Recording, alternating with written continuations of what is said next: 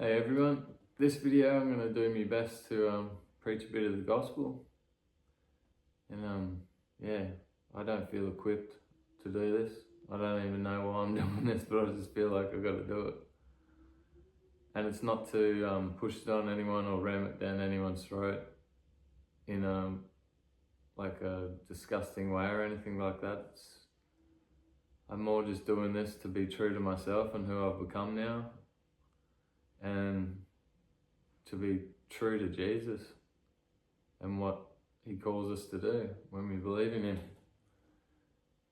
And if I really do believe the gospel, which I do, that he died on that cross for us, for our salvation, forgiveness of sins, then he rose again.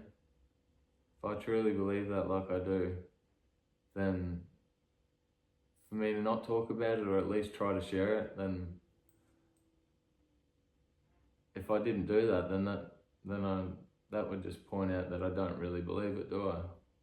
But 100% I've experienced him in my life. Like, for the people that don't know me, that may be watching this video, 5 years ago, I was addicted to meth.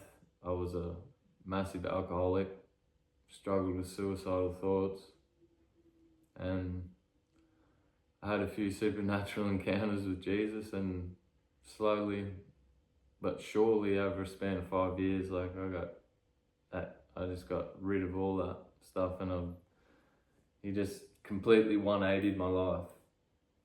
And 5 years ago, if somebody had said to me that you're going to be sitting in front of a camera telling people about Jesus and whatnot and preaching the good news, I would have looked at you and said, you're freaking crazy. Like, you're absolutely batshit crazy. And I would have probably told you to like leave my sight pretty quickly. But no, here I am.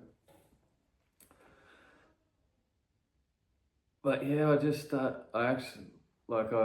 even over the last year, like when I fully come to faith, I still hadn't really read the Bible that much, to be honest, but over the last few months I started reading it, and man, it can really speak to you sometimes, eh? But I'll read a couple of these verses that I was reading. These verses are kind of what led me to just like make this video, because it really, really convicted me, eh?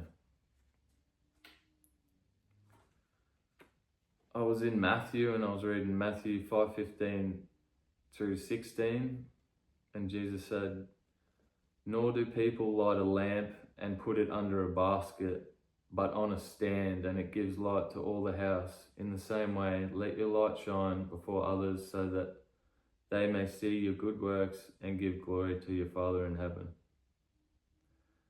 I read that and I just felt so convicted, like that he'd lit me up. He's changed my life, 180'd me, put all this light and just love in me, but I'm just doing nothing with it. I'm not sharing him, I'm not doing anything, I'm kind of just hiding it away. I'm putting the light under the basket. And I'm not even giving myself half a chance to do what he's called me to do, so that was one of them. And then I read, this is all over a span of a couple of days, and these verses just kept hitting me. So I was in Matthew 9 to 37 to 38. I don't even know how you say that. That's the best I can say it. And Jesus said to his disciples, "The harvest is plentiful, but the laborers are few. Pray earnestly to the Lord of the harvest to send laborers into the harvest." I read that and I take that as like, the harvest is plentiful. Like, there's heaps of people out there that need to hear about Jesus. They need it, and they're thirsting for it. They're thirsting for truth and something that's real in such a fake, evil world. And not all the world is evil, obviously. I'm not one of them people that just think the whole world's evil. Like, there's beautiful things on this earth. It's a lovely place. But yeah, and I read that verse and I just felt convicted straight away. Like, that he's saying, like, the harvest is plentiful, but the people that believe in him, that have the guts to go out there and tell people about it, are few. And yeah, that hit me. I was straight away, I was like, I'm letting the fear of man, the fear of like what people are going to think of me, am I going to push people away? Like, yeah, the fear of man sort of thing. So I just started praying to God. I was like, take the fear away from me, Lord. Just like, if this is what I'm supposed to do, if I'm supposed to preach your word, then I need that fear to go. But when you ask God to take something away, he usually makes you do the thing that you fear doing the most. And this is like, honestly, I feel really uncomfortable right now, but I think, yeah, I'm going to do it. What was another one? There was another one. Hang with me for a sec.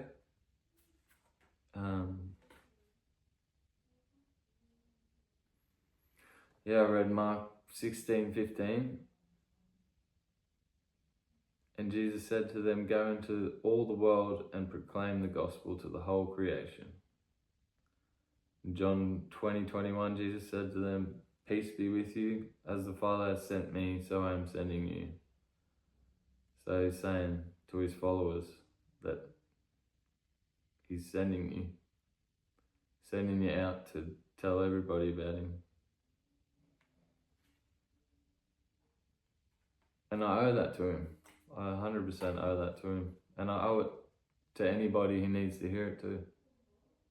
Because I don't want to be a lazy, wicked servant, as it says in one of them verses.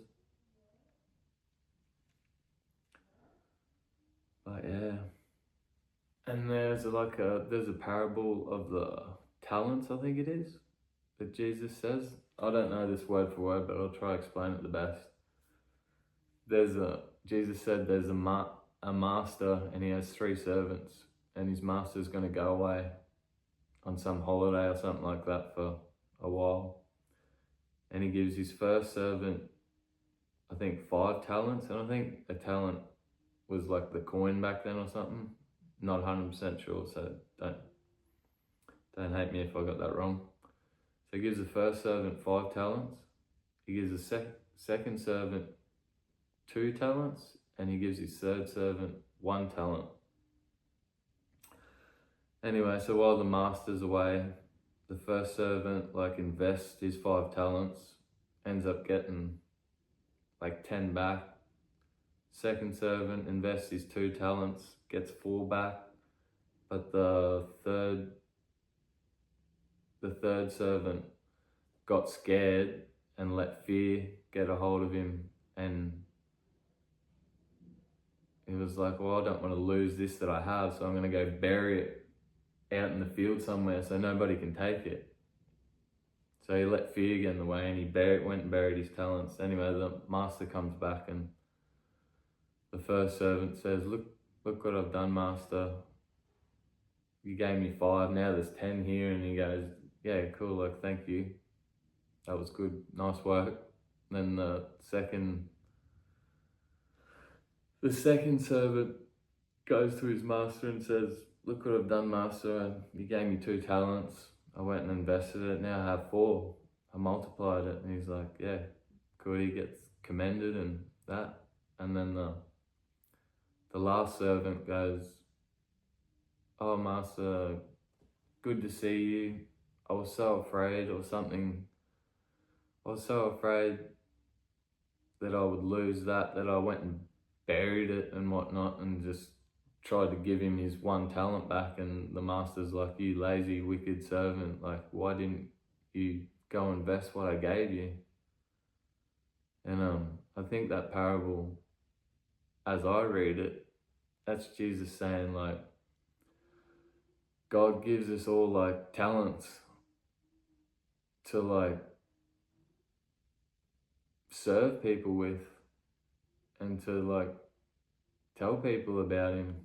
And if he gives it to us and then we just go, no, we don't want to use it, we just go bury all our talents, like the Lord gave me, he gave me a talent for like playing music. I'm a musician, have been like since probably like grade 8. And yeah, now I just wanna use that talent too. Like, I don't want to go straight gospel or anything with my music, but like lately I've been making a lot of music about Jesus and stuff like that. Or like, it's, most of my music lately has been pretty faith-based, but not like gospel or worship music, and not that sort of style. But I've always, when I created music, I've always like, whatever I'm feeling or doing at the time, like that's what my lyrics will be about. So obviously, since coming to the Lord and stuff like that, it just naturally goes that way. But yeah, but nah, the Lord's just convicted me just by reading them verses. I know now that I've just been lazy and I've been just locking it away, and I just can't do it anymore. I'm just ready to go all in for the Lord, 100%. But yeah, but ending this episode, I'm just gonna explain the good news as best as I can. And I'll start at John 3:16, which says, "For God so loved the world that he gave his only Son, that whoever believes in him should not perish but have eternal life. For God did not send his Son into the world to condemn the world, but in order that the world might be saved through him," which is Jesus Christ. I just love it because it's simple. He just says whoever believes in him will not perish. So when we put our faith in him, we ask him for the forgiveness and for our salvation, it's given to us. He gives it freely, no matter what we've done, no matter what we do. And you don't have to be some broken person to receive it. Like, your life can be perfect, but if you don't have Jesus, you're missing out 100% of that. You might not think, yeah, but yeah, definitely are. Where was I going with that? I don't know. But yeah, that's just what I love about it, just how simplistic it is. He makes it nice and simple. All we got to do is just receive it. And it's a bit of a surrender, which sometimes it's hard. When you hear that word surrender, it feels like you're going to lose something, you have to lose something, but you don't lose anything when you surrender to God.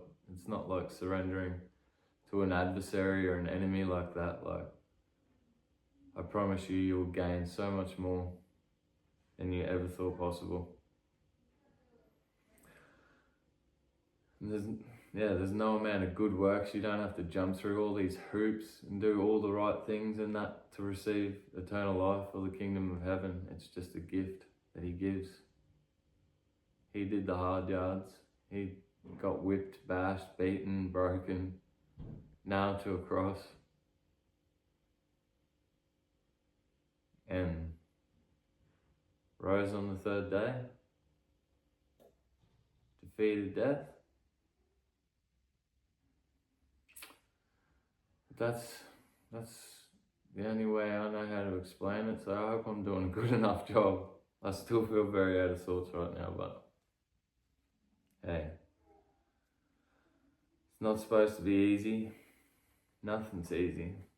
Nothing worth doing or sharing should be easy.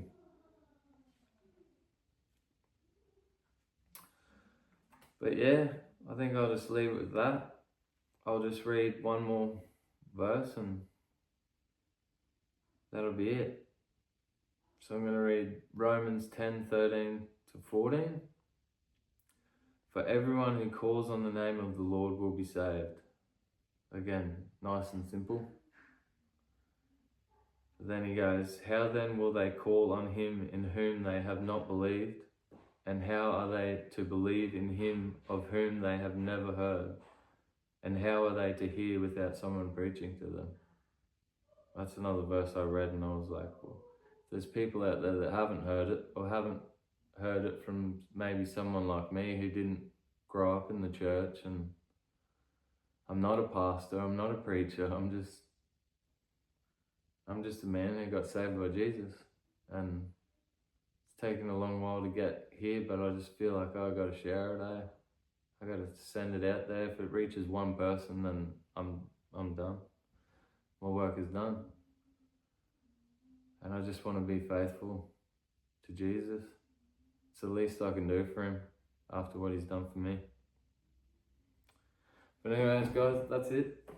I love yous all. And I'm still going to be doing hiking videos and going on adventures and filming and stuff like that. Like, I'm not going to turn the whole channel into a gospel preaching based page or anything like that. I'm just going to, whenever the Lord compels me to do a video like this, I will. But yeah, I'll always wait for his instruction, or when I feel like I'm getting his instructions. But I definitely don't want to come across as I'm trying to like throw it down your throats or anything like that. I'm just presenting my case for it and just being faithful to the Lord. And yeah. But yeah, too easy, guys. Hopefully I can get a bloody adventure or a hike or something organised in the next couple of weeks. It's just, honestly, with the price of everything at the moment, just the cost of living, like, I have a good job, I earn pretty good money, but I'm finding it hard to get spare money just to like go away and do stuff, eh? But I will get there. But yep, too easy, guys. Thank you for listening, and I will see you on the next one.